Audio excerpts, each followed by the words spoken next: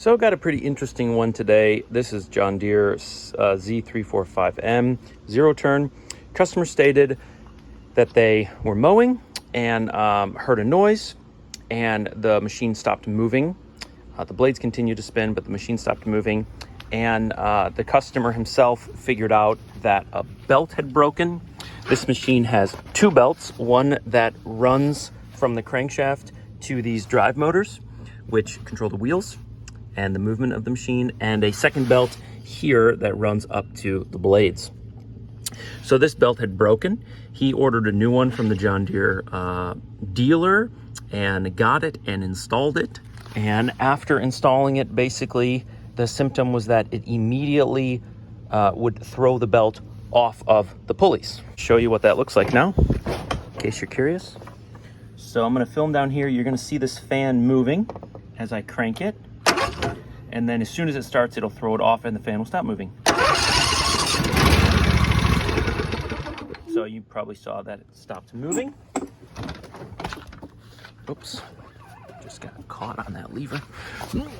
And you can see that the belt is now off.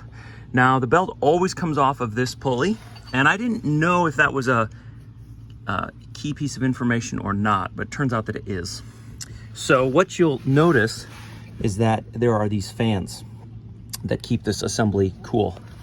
And if you look from this angle, you can see that the fans are parallel with the belt. So the belt's running like this, the fan blades are running like that. But on this side, let me just get this belt out of the way now, so that you can see a little bit easier. You will notice that some of these fan blades are tilted up. So it's actually pushing the belt off of the pulley. And I'm guessing that happened when this guy was in there changing this belt. He probably just bent those past the point of elasticity into plastic deformation. And so what I'm gonna do is I'm just gonna heat it up with a heat gun and see if I can bring them back into shape. If not, if it's just the one, I might clip just the one fan blade. And then if it's more than one that I can't get back into place, I'll replace it with the customer's permission. But he's kind of a cheapskate, and I think that's probably what he would prefer. One other thing, if you're doing this job and you're watching this video, one thing you really want to know about this tensioner is that you can just kind of push things by hand, but this square hole accepts a 3/8 drive ratchet, and specifically with an extension, and then you can just move that really easily and safely out of place as you're repositioning the belt.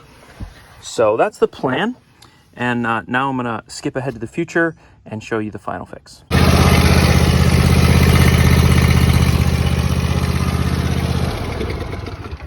So she is back together and running. I did replace the belt for two reasons. One, I had already ordered it because I wanted to compare it to the one he got, and I thought maybe he got the wrong one. Two, I'm not gonna return it. I'm just gonna charge it to him. And three, you know, the new belt or the old belt kind of looks fine, but it's just not good for belts to be thrown on and off and things like that. And you don't know if it got like a hard kink in it, and I'm just not gonna try and save the customer $18. So, yeah. Regarding these fan blades, so I heated them with a heat gun and held them in place with needle nose pliers until they were out of the way of the belt. You can also bend them down too far and then they'll hit on this, so be careful. You may consider that a total hack job repair, and that's fine. But I don't like always just throwing parts at a thing. There are things out there that can be repaired, not replaced. There are things that can be bent back into place, not replaced. And I like practicing that. I like trying to mend what can be mended and not always just replace it. It's kind of easy and even lazy to just always put a new part on it. Carburetors can be rebuilt, plastic fans can be rebent, and I don't think that's a hack job. And if you do, that's okay, but then just replace it. So yeah, everything's back together now, and hopefully that was helpful to someone, and hopefully it gets somebody out of a jam. One other thing I'll show, I couldn't be sure how this bracket went into place because I couldn't be sure that he installed it the right way. So you can kind of put the belt inside or outside of this U-shaped bracket. Let me see if I can get a better angle. No, I can't. Sorry about that. And then you can put this metal bracket on the left side of the green or the right side of the green.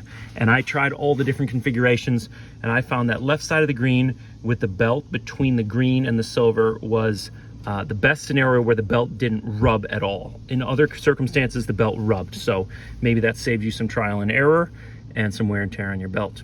All right, folks, hope you liked that. If you didn't, no problem, give this a thumbs down and go check out Donnie Boy, the engine doctor, or the repair specialist, or Steve Small Engine Saloon. I bet you'll like them more. Take care.